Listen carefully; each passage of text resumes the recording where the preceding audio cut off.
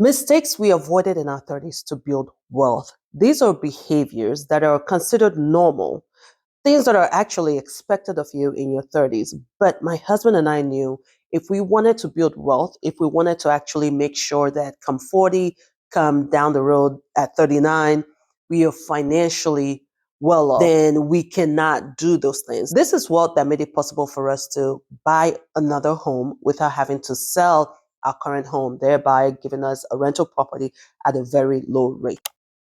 The major mistake we paid attention to because we were intentional not to fall into that trap is not paying attention to cash flow. You most likely earn more in your 30s than you did in your 20s. Chances are now you can afford a lot more stuff. However, being able to afford something is a lot different from your cash flow, where you get to keep at the end of the month. With the mindset of paying attention to our cash flow, whenever we signed up for anything or bought anything, we considered, how does this play into the cash flow? How much of the cash flow is it taken? So at the end of the month, we had money left over to now do what we wanted to do, be it saving, be it investing, whatever it is. But at least now we have the foundation, which is the cash to actually do what we want to do. Your cost of living cannot keep growing as your paycheck is growing. Also, it cancels itself out.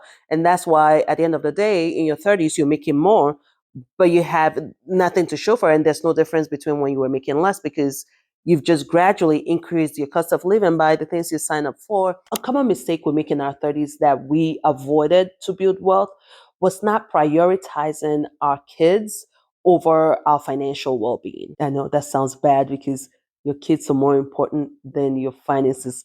Yes, they are. But here's the point. We want the best for them.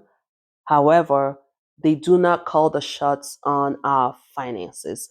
So we do want to go to Disney every year if we could, and we would want to take them all over.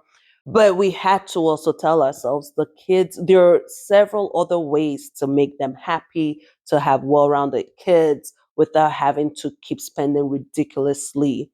I'm a big advocate for giving them experiences. Listen, my kids have flown so many times telling me I miss the airport and I miss flying. So we do treat them to stuff, but we plan and make sure it fits into the financial plan. We were being realistic with the fact that all these things are extra. We'll give them what they need and they'll have a good life. But we prioritize our finances as a family, because at the end of the day, they benefit. Now they have their own rooms. They benefit. Oh, speaking of rooms, they shared rooms. And I saw nothing. In fact, I would love for them to keep sharing rooms. I think it helps kids bond. But you see, we didn't feel the pressure to get a bigger home because this home we're in, they're having to share a room. 30s is real. Life is getting real, both up and downs, fun and sadness, all is getting real. And so things are busy and the days just go quickly and fast. If you don't have a clear financial goal, before you know it, 37, 39, 40, and financially you're like in a mess, you're in a bind.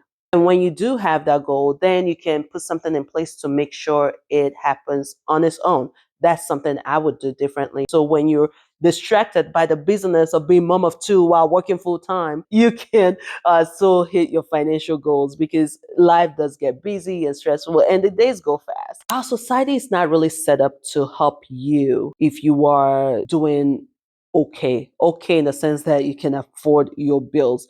It will help you if you have nothing, and then it will punish you for having nothing while trying to help you.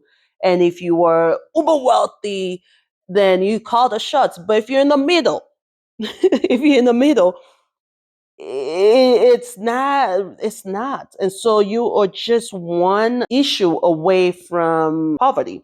You're one illness away, you're one accident away, you are one layoff away, from getting back to ground zero. And so, a way to keep that from happening, because life is unpredictable, two things. One, making sure you were fully insured. So, at work, we signed up for all the insurance, not all, but we signed up for the insurance plans. Should hubby pass away, should I pass away, there's coverage for that, so that he doesn't lose income that I was bringing in, and vice versa. If he should pass away, unfortunately, I'm not destitute now because I've lost half of the income for the house and now we are ground zero, or injury, disability insurance. We signed up for that. It doesn't really take that much from your paycheck, but should it be needed, it comes in handy.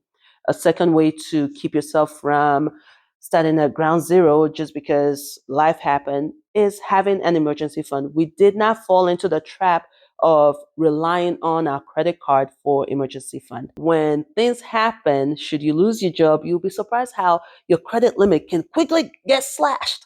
And so your credit card, your $10,000 credit card that you thought, I'll use this as my backup, well, it's gone.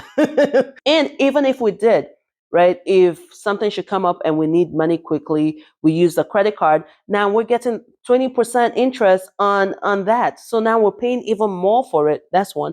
And now in the future, our cost of living is higher because now we have to include the minimum payment for the card. Your emergency fund is your soft landing. It's your parachute. It's what keeps you in control when life shakes you up a bit. And without the emergency fund, you have to make decisions that may not work for you long term because you just focused on the fact that you need money ASAP. Not investing, delaying investing.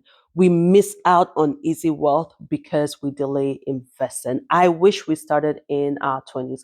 30s was when I started investing. I started investing with my employer or contributing to my works Roth IRA plan. My husband was doing his 401k with his employer.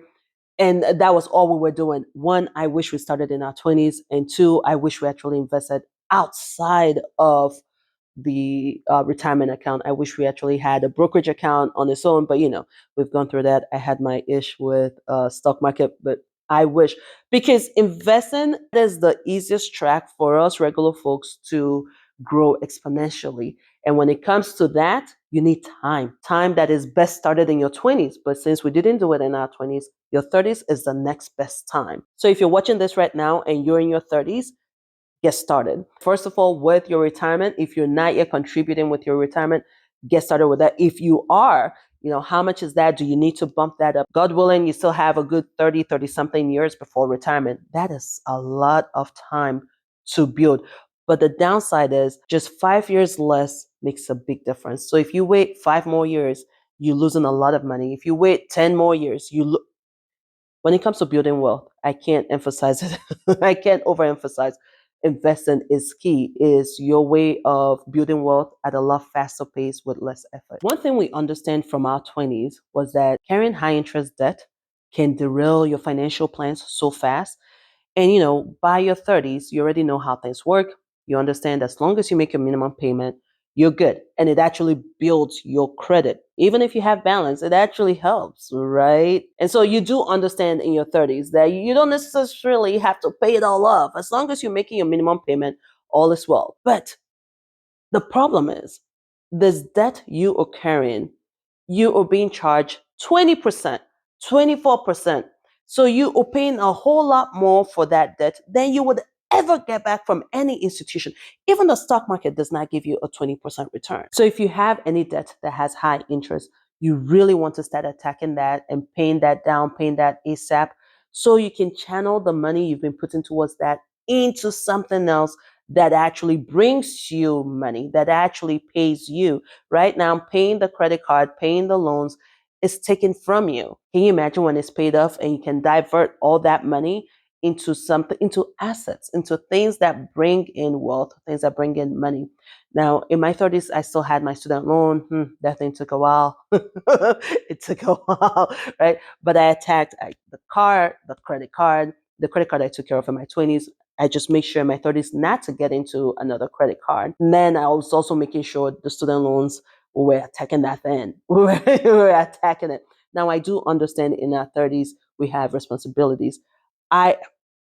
As much as your credit card has a higher interest, and so you want to pay that off rather than investing, I get it. But because investing is a time thing, not so much the money thing, I personally think you should split your effort, work towards paying down the debt, but put something towards your retirement, towards investing. Now, if you're already funding your retirement, then focus on that and then pay off the debt. These are all things we did in our 30s. Really, it's all one common theme of your cash flow and being intentional with what you want your money to do. And that will set you up really good. I'm 41 now and we're still trying to grow wealth, but it's helpful. It has been helpful that we did right with a few things in our 30s.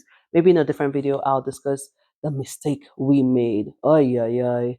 All right. Thank you all so much for watching. I will see you in the next video.